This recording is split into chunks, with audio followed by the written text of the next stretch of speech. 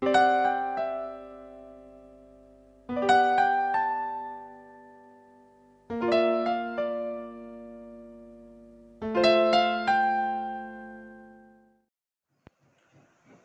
yanin pathian thu cha poimo tak mai kan zir ho do na shipui kara kan lenga he shi yanin kan taksa kan rilru chumi pi alama chuan kan eizon na thengin aron hongani hemi shipui kara harsat na chi sang kan to na kara hian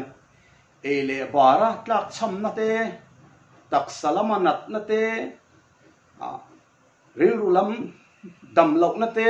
nat na te kan to na kara hit enge kan mamo ber ele inem ni lir them ni in le lo thaim ni he shi la ka him hiam ni enge kan mamo ber chu kan mamo ber chu tung nan zir turing kan in buat sai dona he shi pui kara tlak cham na kara nat na kara thil chu sang kan to na kara hian enge kamamo ber ele in tur sumle pai man tur chen na in lir thei chu em ni enge kamamo chu zir chua in lo tum teang ama sai pathian thu i lo ngai thang chan ching tha lukazia bung som le pani chang som ni pakwa som thum thu kha chan ching tha lukazia bung som le pani chang som ni pakwa le som thum tin in ei turte in turte zong su tui lai rap angin ompo om su khovel nam tinin chung thil zong chu an zong thina ni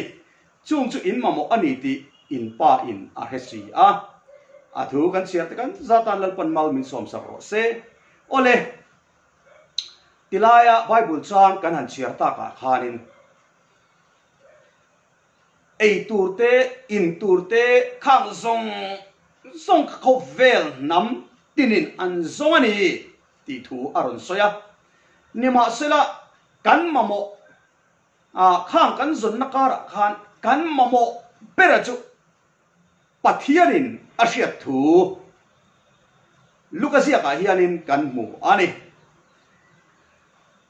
chu kan mamo perachu enge ole khovel mihring te hian kan pian tira changin annuam lam kong zo kan tum theu thina ni kong she om tu man zo kan du lo zirna lotin kan du a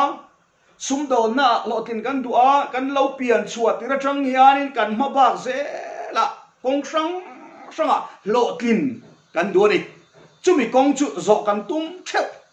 lim na le lom na lung oi na zongin mitin mai kan phesua suo ta ni chu lim na kan zong lung oi na kan zong he khovel thila hian chu kong chu kan zo sup mai ni mitam takhianin ni ma sela tun theng hian chu kong zo tu ta chuan lim na tak an la humia alo lung oi na tak an la humia alo an ma mo chan nak an la mu lo re ngat nge an zon na sate lulnen an mu lo kan ti chuan engdang ani lo kan mamo zon na mun hi adik lovolom kan mamo per kan zon na mun hi dik lova kan zon na kong adik lova chu wang chu kan mu lova be don ne lungai na mang an na atopa kan char chuak thin ani tiang chuan mi tam takin kan tu lai khovela hian an mamo chan na an zonga kong sang in an zonga ni ne ma sela an zon na kong amun adik lawa wangin lim na le lom na mu tu soi lo an chiat pha zok fo thin lungai na sa zok an tu lo thin sum le pai lim na moti in lim du in lom du in nei bel zel du in kha sum le pai zon na kong kan anan tlan ta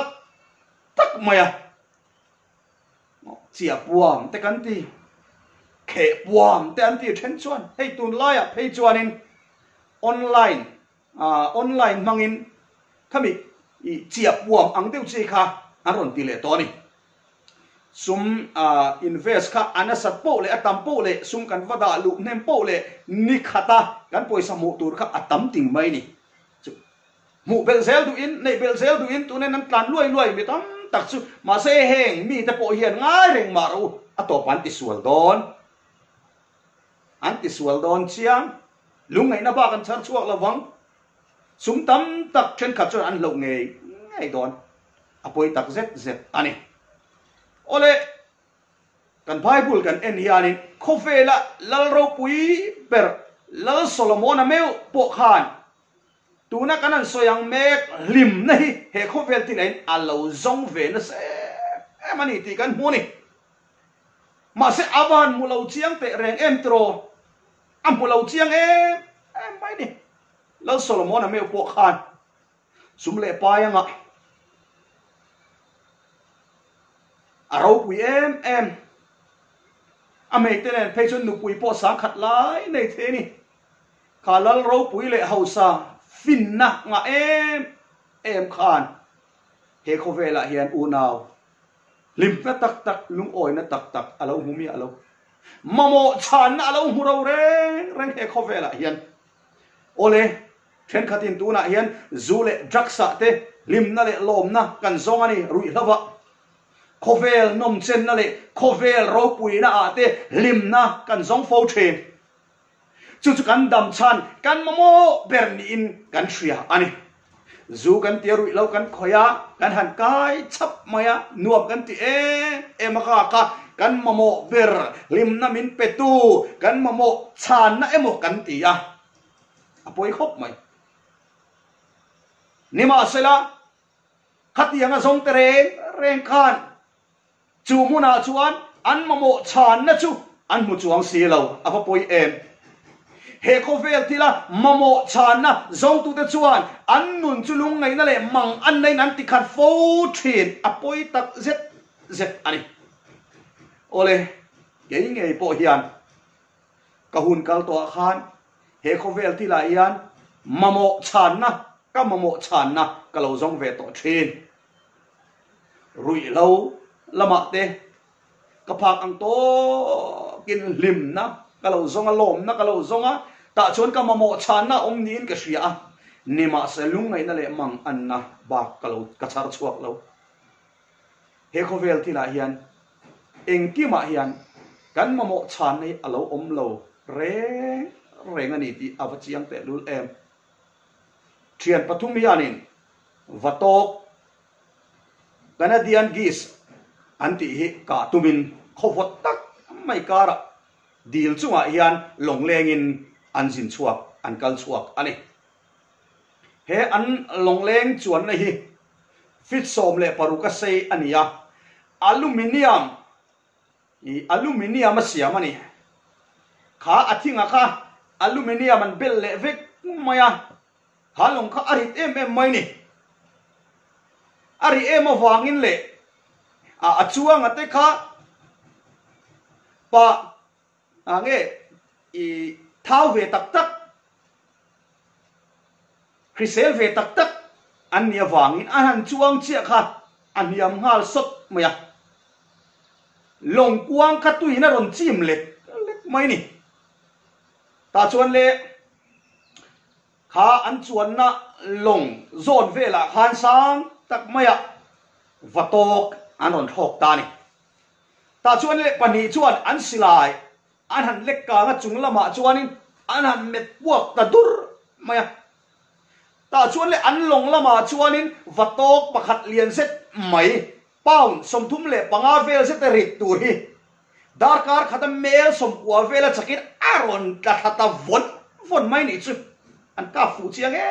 mai ta chuan ron ta thavon vot mai an long chu ron ding ta dop maya an pil don ta maya an mang mai ni thap ang takin an au ruai mai ni ole khovel du am na hi chuan atopa chiat na min ti pil fo thina ni ti achiang mai khovel thilam mamo chan na kan zon na hian atopa keima ni nge hi chiat na chu thil chuan min ti pil fo thin rui lawa lim na kan zonga chu kan mamo chan na nin kan hria ma se atopa chon then ka chu odi ten kan thia kal thalo ten nat na thalo zok chu thil chu minon tla buaka kan taksa ati chia thi na than khura min nuk lu ta ti pilin kan om ta thi apoi tak zet ani lim nei khoya hian nge a om le e khovel nom sak na sum le pai nei na te henga hian em ni lim na le lom na chu om khen ka chunuam kan ti dan angin kan oma kan khosa a nom chen na te lim na kan zonga ta chon em ni om lot berona chuan ti hian ati athi donin rul lut ban chia le lungai na bak chan vo ka nei lawani ati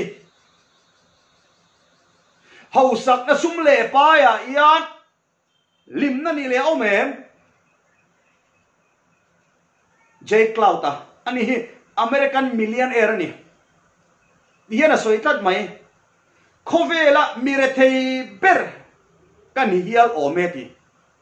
millionaire meu khan khovela mirethei ber kan hial ometi ngatinge sumle pai chu nei lo ma sa athin lung la mare thei si ni atha buang thei si lo ni apu pui em tro chu sumle pai nei chau na te lim na alo ni ber mi alo thin lunga thamwan na te kan nei chuan si lo chuan thi thamwan na te kan nei chuan si lo chuan khovel mi hosa J Cloud meu pon khovela mirethei ber kan hial ometi a out chua kan chu ni le ming than na te hian em ni lar na te hian em ni chunga chuan em ni om chu tiang lama chon mi tam takin an zong ma se anwan ti sual chiang em tro lim na tak an mulo khovel milar kan ti te po chulama chunan tlan tak taka nupui pasal tenan ne ma se re lo te anin chen le zung an lim tak lo lungoi na tak an mulo thin lunga lim na lom na kan ti hi chumi chuan an nei mia chuang lo ni le kan thil ti na piang a hlo tin na te ne ro pui tak chan na te nem ni Alexander the Great an ti kha kan hrianga khovel ni a hriat zong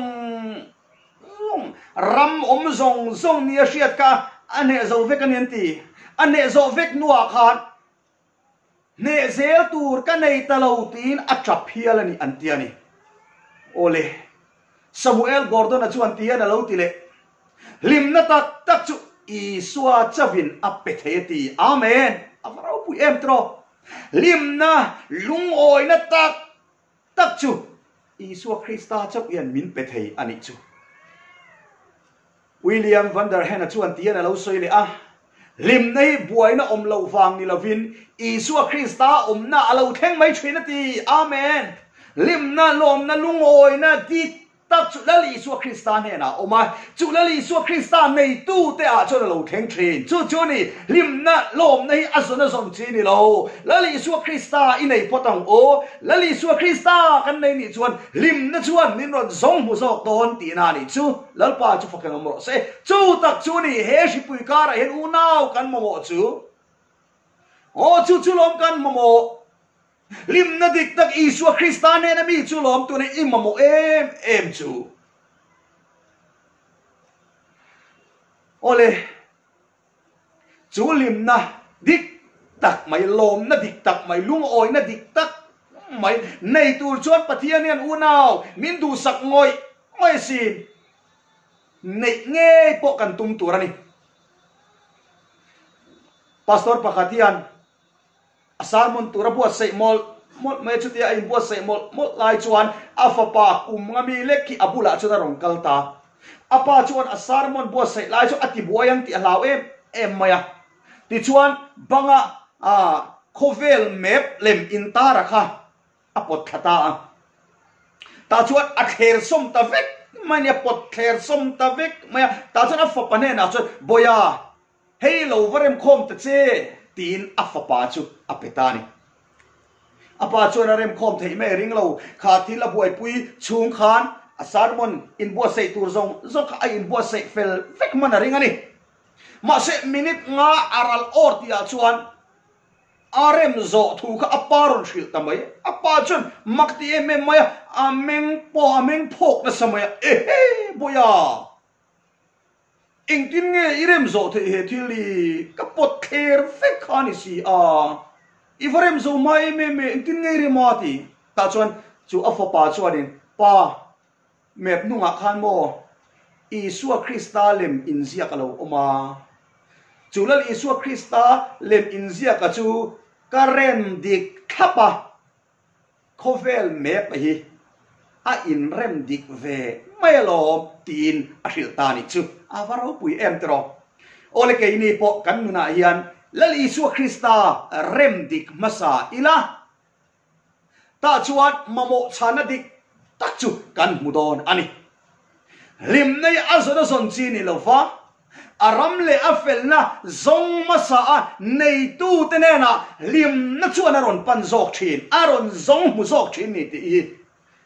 kan chian awahan chu te reng em chu ni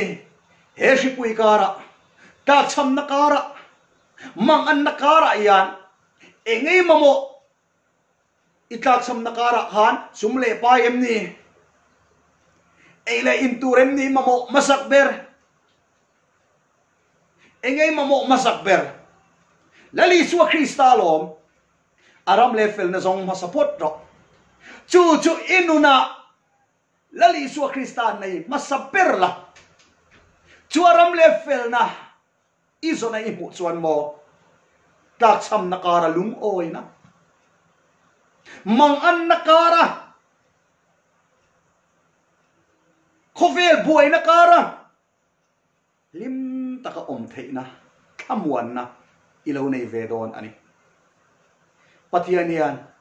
he khovel leilung hausak na hian malsom enge amalsom na vur vak chei atum berani lavonia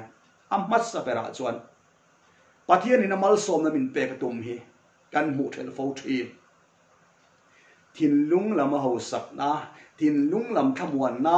kak cham nakara po lung oi na he thilimin pe ka tum per chu ni ti kan chian atu lani chu unaw se pui kara hian kak cham nakar hen kan mamo per chu lo ni ka mai ni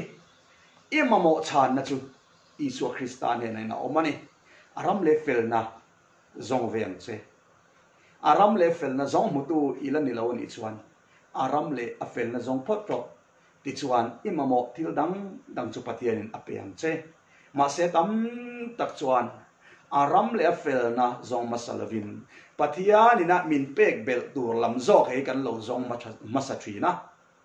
chumi kan zon nakara chuan tlak cham na ten min ron nuaya har sat na ten min ron nuaya kan mang anga kan philia kan lungai thina lom amasalo zok kan da masathina apek bel cha tur lampang kan thin lunga da na sai kan zong masathin ani lo aram le afel na zong phot ila thil dang zong chu pathianin min pek bel cha don he khovel sum le pai nom sak nain avur lo che ni pon he shi pui kara hian chak tlak cham na kara po lung oi taka lim taka theina chu mamo chan na thuru ro pui le tuk chu apedon cheni entinge ti kha tin in ei tur te in tur te zong su ati tuilai rap angin ompo om su khovel nam tin chung thil zong an zong thin ani chung chu in mamo ani ti in pa in a hesiati khang thil zong tu na imamo zong eile inte asumle pai te khang zong imamo pathian ria sak fek che lom ria sak fek che chu beta takinan lo zong thina ti bible chuan pathian ria sak fek che chu wa chu aram le fel nei zong photang pu chu kan nei photangai chu se pui kar hen kan mamo ber chu ni chu tiang alo ni chuan kum sang ni le som ni pakate khovelin chia tia chin chia lai unaw aram le fel ne izonga nei tui ni chon itan kum tha lo ni don oh amen kum tha lo ni don ewangin mo ichin thalo ikalsan nakum isu kristan ni into na ro pui tak inei nakum testimony thar inei nakum alo ni don itan chuan kum tha kum du tak alo ni don ni chu thu cha kan soi tak te kan zatan lal pan mal ni som sa ro se amen